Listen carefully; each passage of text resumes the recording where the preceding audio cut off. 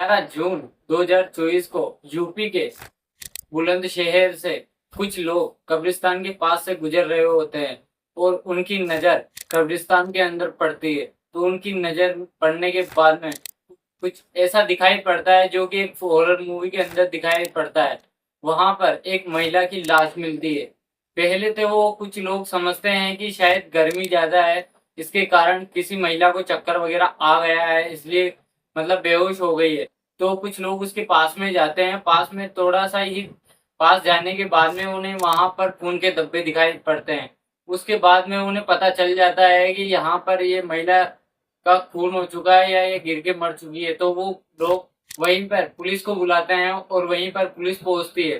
Police पहुंचने के बाद में उस महिला का पता चलता है वो लाश और किसी की नहीं, आसमा की होती है। और उसका खून एक जो कि पागल लड़का जो अपनी माइंड से सनकी होता है, अदनान नाम का लड़का, जो कि उससे बहुत ज्यादा प्यार करता है, उसी ने ही आसमा की जान ली हुई होती है। तो जानते हैं इस पूरी ही स्टोरी के बारे में और इस पूरी ही वारदात के बारे में।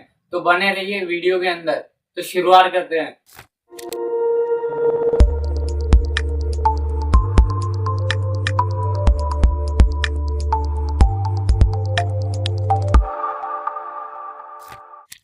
आसमा और एक सलीम नाम के लड़का, जो कि हाल ही में उनकी शादी हुई होती है और शादी होने के बाद अपना फिर से खुशी लाइफ बिताने के लिए वो यूपी के एक बुलंद शहर में जाकर रहना शुरू कर देते हैं। और वहीं पर जाकर सलीम की एक छोटी सी जॉब लग जाती है। और जॉब लगने के बाद में वहीं पर बुलंद शहर में वो अपना एक कमरा रेंट पर ले लेते हैं।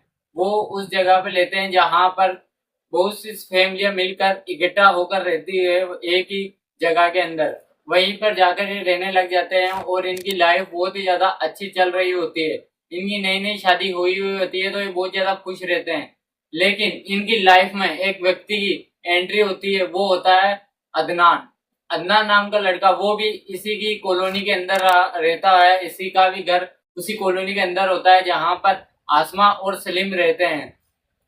जब सलीम कमाने के लिए घर से निकल जाता है और जब घर पर शाम को लौटता है तो वो घर पर अकेली आसमा रहती है। और दूसरी उसी के पास में रहने वाला अदनान तो भी शादीशुदा होता है।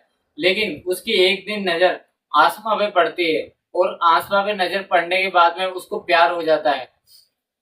ये जो अदनान नाम का लड़का है बेसिकली मतलब बॉलीवुड फिल्मों से बहुत ज्यादा एक्सपायर होता है। इसको मतलब ये कोई भी मूवी वगैरह देखता है तो उसको अपनी खुद को उस मूवी की तरह ढाल लेता है। मतलब इसको हीरो बनने का शौक होता है।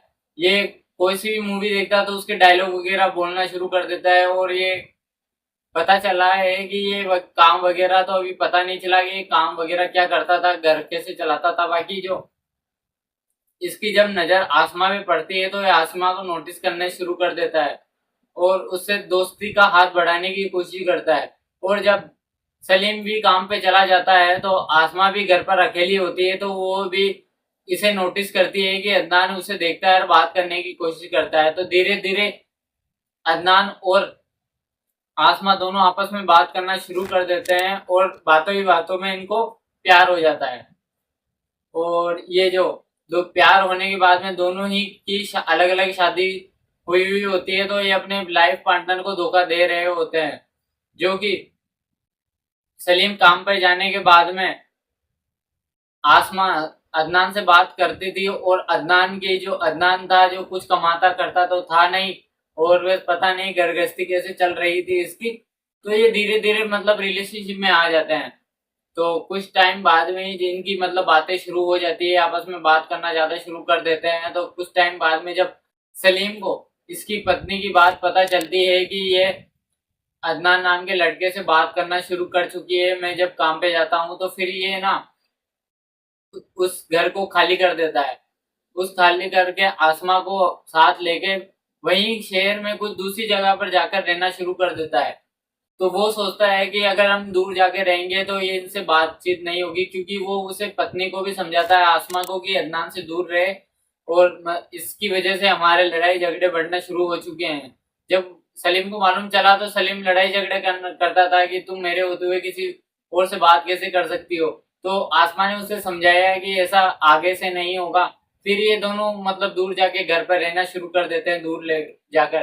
तो सलीम सोचता है कि अगर मैं इसे दूर लेके आ जाऊंगा तो ये सारी मतलब बातें वगैरह सब कुछ बंद हो जाएगी, दूरियां शुरू हो जाएगी। लेकिन ऐसा सब कुछ नहीं होता है। इनकी बातें और भी ज्यादा शुरू हो जाती है, और भी ज्यादा बातें करना शुरू कर देते हैं।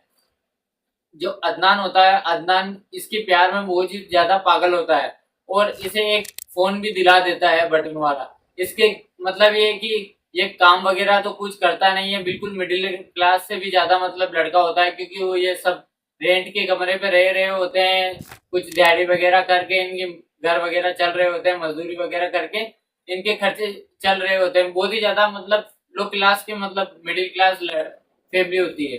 तो ये फिर भी ये प्यार के अंदर मतलब ये ना इनको एक फोन दिला देते हैं बटन वाला। तो फिर ये बातें मतलब वो जो आसमा होती है ये सलीम से छुपकर बातें करना शुरू कर देती है, लेकिन उससे बातें सही से ना होने के बाद में जो अदनान होता है उसको आसमा को एक 10,000 का स्क्रीन टच फोन दिला देता है। ये पता नहीं पैसे कहाँ से लेके आता है, क्योंकि इसके खर्चे की तो इतनी प्रॉब्लम होती है, फिर भी ये कहीं से भी एडजस्टमेंट करके आसमा को एक 10,000 का फोन दिला देता है। जबकि इसने कभी अपनी बीवी के शौक तक पूरे नहीं किए, उसकी खुशी के लिए कुछ भी नहीं किया था इसने। लेकिन इसे आसमा के लिए ये 10,000 तक का फोन पता नहीं कहाँ से लेके आ जाता है, इसको दिला देता है बात करने के लिए। और ये बातें शुरू कर देते हैं। और जो अदनान होता है इस आसमा को मिलने के लिए एक कब्रिस्तान के अंदर बुलाता है। और ये कब्रिस्तान के अंदर दिन के समय मिलते हैं, क्योंकि कब्रिस्तान के अंदर दिन में कोई भी व्यक्ति वगैरह कोई नहीं रहता, तो इनको एक मतलब अच्छी सी जगह मिल जाती है जहां पर इनको कोई परेशान ना कर सके और इन पे कोई शक ना कर सके। यह हमेशा मिलने के लिए कब्रिस्तान के अंदर ही मिला करते होते हैं। अदनान उसे कॉल करके बुला लेता है आसमा को, और आसमा इनसे मिलने के लिए कब्रिस्तान के अंदर पहुंच जाती है। तो इनके बीच में बहुत ही ज्यादा ठीक चल रहा होता है। जो सलीम होता है, सलीम इसको मतलब आसमा को तो बोलना ही बंद कर देता है कि ये मानने वाली तो है नहीं मेरी बात, फिर भी ये कुछ भी करे, क्योंकि वो तो अपनी ड्यूटी चला जाता है अपने, उसे तो घर गृहस्थी चलानी है, उससे शादी की थी तो उसका पेट पालना है, इसलिए वो तो जॉब पे चला जाता है। तो ऐसे ही बात करते करते इनके बीच में लड़ाइयाँ शुरू हो जाते हैं अदनान और आसमा के बीच में। क्योंकि जो अदनान होता है उसको शक होना शुरू हो जाता है, क्योंकि ये जब भी आसमा को कॉल लगाता है तो उसका कॉल कभी व्यस्त आता है और कभी कभार तो उसकी कॉल का जवाब तक नहीं देती। तो जो अदनान होता है उसे शक हो जाता है कि ये कहीं मेरे अलावा किसी और से तो बात करना शुरू तो नहीं कर दिया। क्योंकि अदनान की खातिर तो पहले ये सलीम को धोखा दे रही होती है, और ये सोचती है कि अगर कहीं ये मुझे तो धोखा नहीं दे रही है, मुझे धोखा देके किसी और व्यक्ति से तो बात करना शुरू नहीं कर दिया इसने। तो फिर ये ना एक काम करता है, ये ना आसमा को कॉल लगाता है, कॉल लगा के उसे कब्रिस्तान के अंदर मिलने के लिए बुलाता है सुबह सुबह के टाइम। और ये दिन 4 जून 2024 के दिन ये सुबह सुबह उसे बुला लेता है कब्रिस्तान के अंदर। और जो आसमा होती है, आसमा भी मिलने के लिए आ जाती है, क्योंकि ये हमेशा वहीं कब्रिस्तान में मिलते रहते हैं, तो उसको कुछ इतना कोई डाउट वगैरह नहीं होता। तो जैसे ही मिलने के लिए आती है तो मिलने के बाद में जो अदनान होता है उसका फोन ले लेता है आसमा। फोन छीन के मतलब उसको चेक करना शुरू कर देता है कि ये किसी व्यक्ति से बात तो नहीं कर रही है। तो जब वो चेक करता है उसे मालूम चलता है कि ये जो अदनान और सलीम के अलावा भी बहुत ज्यादा लड़कों से ये बातें कर रही होती है। तो ये सब उसे जब मालूम चलता है, तो जैसे ही आसमा अपनी गर्दन दूसरी तरफ घुमाती है तो ये अपने साथ में एक चाकू लेके जाता है कब्रिस्तान के अंदर, और वो चाकू अपनी जेब से निकाल लेता है और वहीं पे ही आसमा का मर्डर कर देता है। आसमा को वही मौत की नींद सुला देता है जैसे ही गर्दन घुमाती है। क्योंकि वो घर से तो सोच के आया था अगर आसमा उसे धोखा दे रही है तो वो उसे मार देगा। और इसी ही पुष्टि करने के लिए वो सबसे आने के बाद में सबसे पहले उसका फोन लेता है, और फोन लेने के बाद में चेक करता है। जब उसे फोन लेने के बाद में पता चल जाता है कि ये मुझे भी धोखा दे रही है, मैंने इतना ज्यादा प्यार किया था इससे, उसके लिए अपनी पत्नी तक को धोखा दे रहा था और उससे प्यार कर रहा था, और ये मुझे भी धोखा दे रही है, इसकी वजह से उसने वहीं पर मार दिया होता है उसे। आसमा को मार देता है, मारने के बाद में वहां से चला जाता है। वो सोचता है कि उससे कुछ नहीं होगा, क्योंकि वो सोचता है कि ये तो फिल्मी दुनिया चल रही है, फिल्मी लाइफ चल रही है, उसे कोई कुछ नहीं पकड़ पाएगा, कोई कुछ नहीं कर पाएगा, तो मार के वहां से चला जाता है।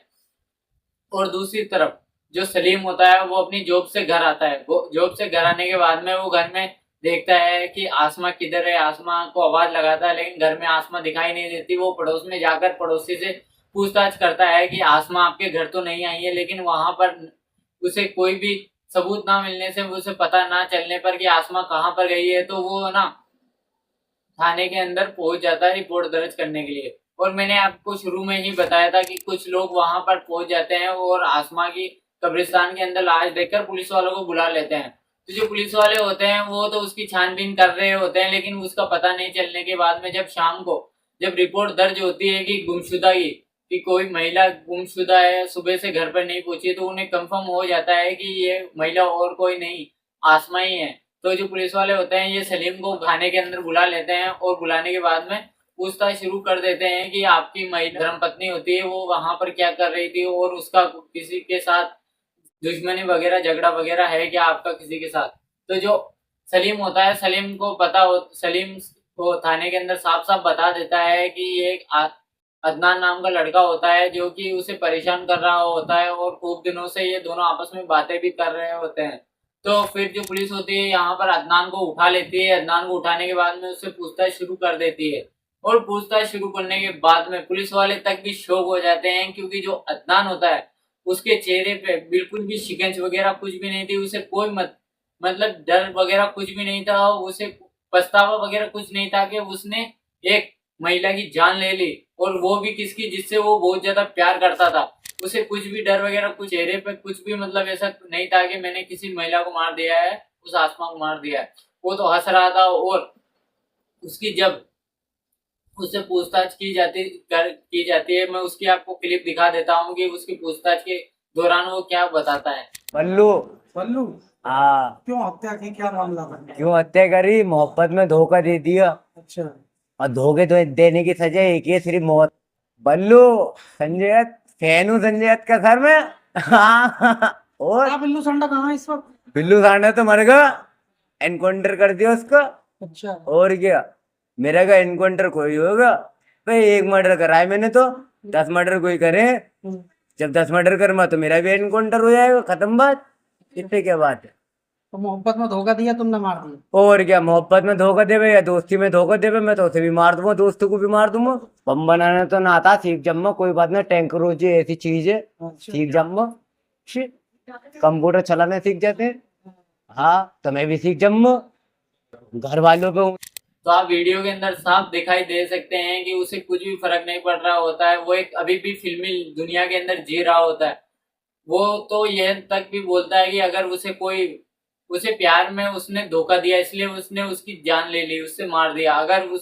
अगर कोई दोस्त भी उसे धोखा देगा तो वो उसे भी मार देगा। ये केस होने के बाद में अदनान के ऊपर कार्रवाई की जाती है और उस पर आसमा को मारने का केस वगैरह दर्ज किया जाता है, और उसे आगे जाके सजा भी होती है। तो ये वीडियो यहीं पर खत्म होती है। अगर मैं ऐसी वीडियो, क्राइम वीडियो अगर आपको पसंद आ रही है तो प्लीज हमारे चैनल को लाइक कीजिए, सब्सक्राइब कीजिए और आगे बढ़ने में सपोर्ट कीजिए। तो मिलते हैं अगली ही वीडियो के अंदर।